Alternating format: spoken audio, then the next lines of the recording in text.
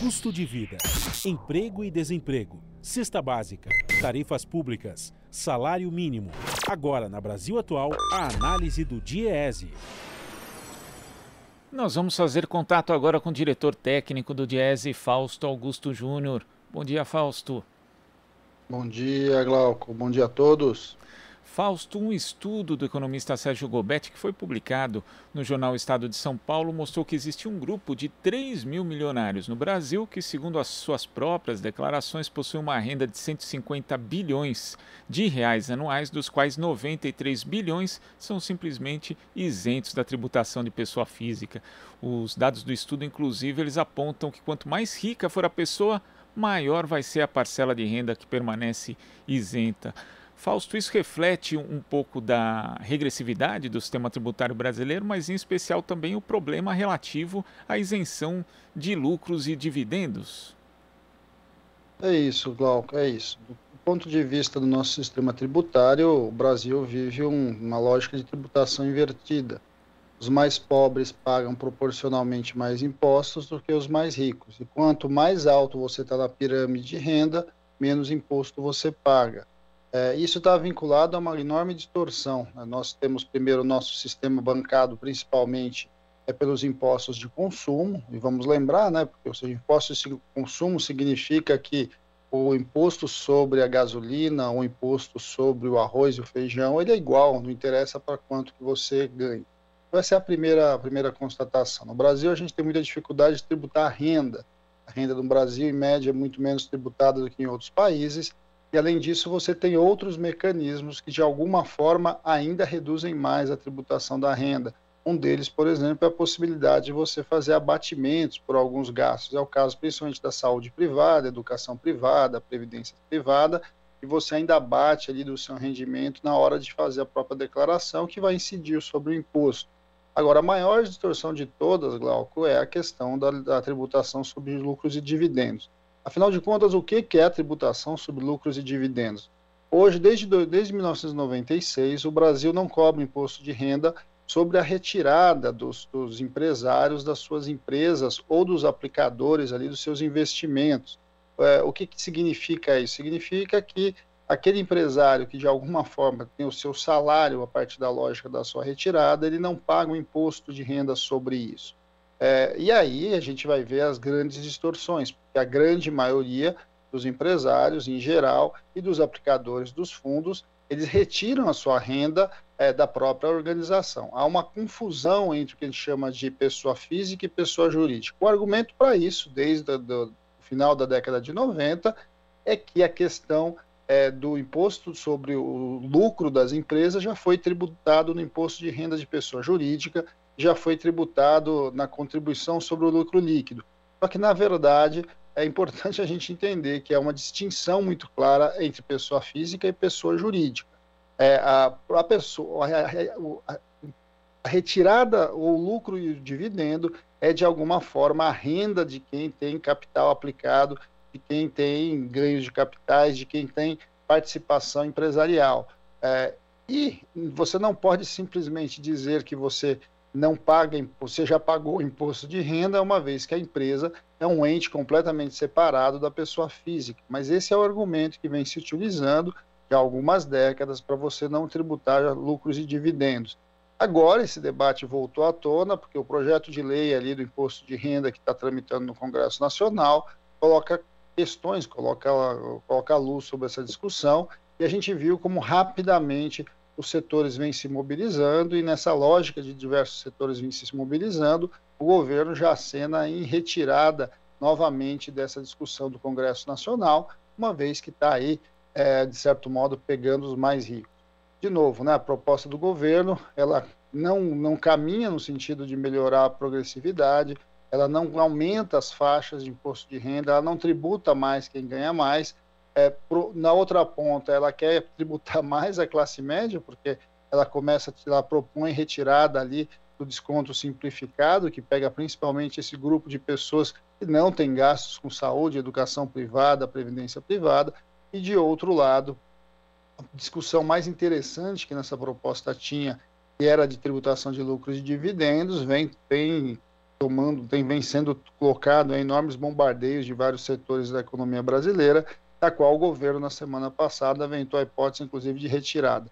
Bem, essa é a realidade da nossa discussão tributária no Brasil, ou seja, de novo, os mais pobres continuarão pagando cada vez mais impostos e os mais ricos, como a pesquisa mostrou, pagam menos e cada vez menos impostos no país da desigualdade. E essa proposta, né, lembrando que a proposta original do governo dentro do âmbito dessa PEC da reforma tributária, ela é de cobrar uma alíquota de 20% sobre lucros e dividendos, com a exceção ali de quem ganha até R$20 mil, né, as pequenas, médias empresas. A gente sabe que também tem muita pessoa jurídica, muitos trabalhadores que acabam fazendo, né, formando empresas para poder prestar serviços. Então, quer dizer, isso no sentido de tributar lucros e dividendos seria talvez o único fato positivo dessa proposta toda do governo, e isso pode acabar caindo, Fausto. Sim, é isso que parece estar caminhando no Congresso Nacional. Agora é importante, né, Glauco, a discussão também sobre a própria isenção.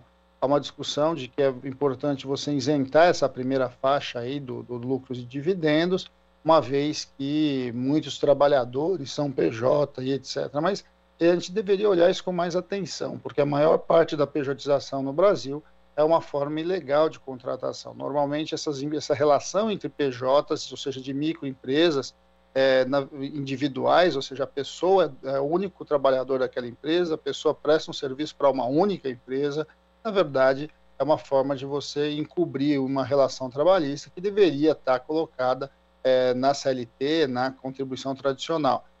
O problema é que o Brasil avançou muito nessa questão aí do ponto de vista de criar, principalmente nos cargos um pouco mais altos, cargos de remuneração média mais alta, uma lógica de pejotização.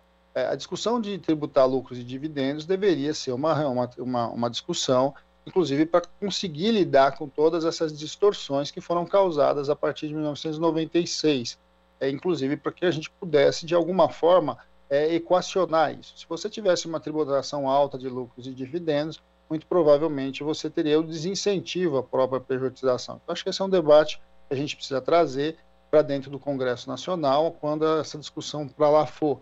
Mas a gente sabe que, na prática, essa discussão é uma discussão bastante difícil, uma vez que boa parte aí dos parlamentares e dos grupos de influência do Congresso Nacional que estão vinculados ao mundo empresarial, significaria eles optarem por pagar mais impostos. E é algo que, aparentemente, muitos não querem, muitos refutam essa discussão e, de alguma forma, ela tem bastante dificuldade de tributação. Outra ponta também é importante lembrar que, quando a gente fala de lucro e de dividendos, nós estamos falando também do capital financeiro, né? Não é só o empresário que está tirando lucros e dividendos ali da sua empresa, mas a gente tem muita gente no capital financeiro e, ao aplicar ali dentro do mercado, também ofere lucros de algumas formas de aplicação, e isso também passaria a ser tributado. E a outra discussão, propriamente dita, era a própria forma que está sendo colocada. O correto é realmente a gente ter uma tributação única, né? Uma tributação com uma alíquota fechada ali dos 20%, ou a gente deveria aplicar a tabela progressiva, uma vez que eu posso entender, inclusive, que lucros e dividendos é uma das minhas rendas, é uma das rendas colocadas ali na declaração e que isso compõe a renda geral das pessoas, independente da sua fonte. Ela deveria ser tributada igual a todas as outras e a gente fazer uma discussão séria como é que essa tabela de progressividade, que é a tabela do imposto de renda, deveria ser constituída. Todos esses debates, de alguma forma, estão dentro do Congresso Nacional. Vamos saber se vai andar ou não. O Congresso Nacional hoje, basicamente, a grande discussão é a questão da CPI das vacinas, a CPI aí da Covid, mas, de alguma forma, o debate da tributação é um debate onde a gente vai saber daqui a um período que a gente vai sair de um Brasil um pouco menos desigual, um pouco mais progressivo do ponto de vista de tributação, ou nós vamos intensificar esse mundo onde os bilionários pagam muito pouco imposto, e aí pagam imposto nas duas pontas, porque vamos lembrar, imposto sobre bens como helicóptero, como iates e etc., também pagam muito pouco imposto, algo que é um absurdo do ponto de vista do nosso sistema tributário.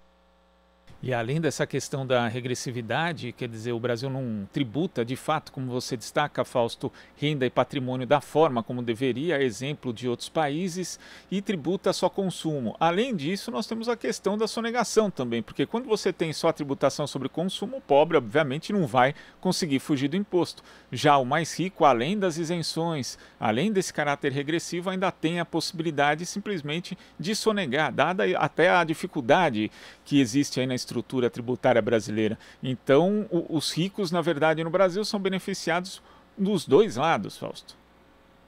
Sim, sim, os ricos são beneficiados porque, de alguma forma, eles encontram caminhos e mecanismos de burlar a própria tributação. E a gente sabe disso, uma vez que, claro, né, quem tem que pagar muito imposto, muitas vezes prefere pagar uma parte desse recurso para advogados para encontrar as brechas tributárias, em vários sentidos. A gente viu isso em vários tipos de bens aí que há questionamento de tributação.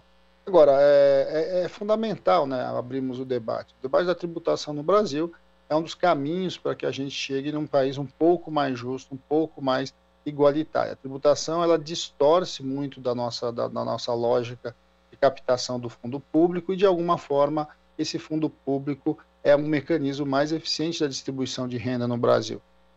E é isso que, de alguma forma, ainda está sendo desconstruído. Então, de um lado, a gente mantém uma tributação, quando não, a gente vai intensificar o seu processo de regressividade, de um lado, e de outro, você ainda tem um fundo público que está sendo privatizado. Cada vez mais, você tem serviços sendo colocados para a iniciativa privada e, por outro lado, retiradas de direito do cidadão brasileiro.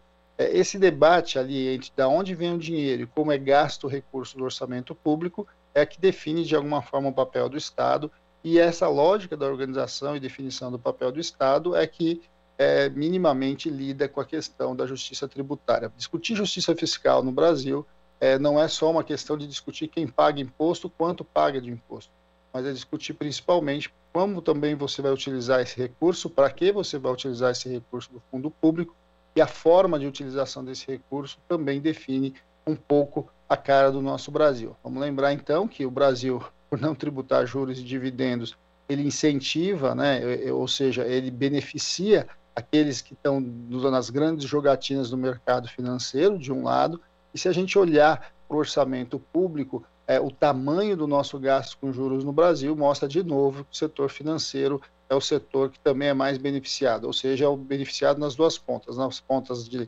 arrecadação e na ponta do gasto público. E talvez isso ajude a explicar porque a reação maior sobre a tributação sobre juros e dividendos tenha vindo exatamente do mercado financeiro, que está, inclusive, tentando inviabilizar essa discussão dentro do Congresso Nacional.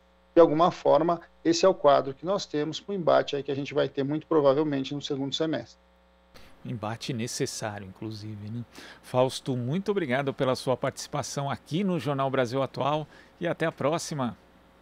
Até a próxima, bom dia a todos, boa semana a todos. Boa semana. Conversamos aqui com o diretor técnico do Diese, Fausto Augusto Júnior. Você está ouvindo Jornal Brasil Atual. As notícias que os outros não dão.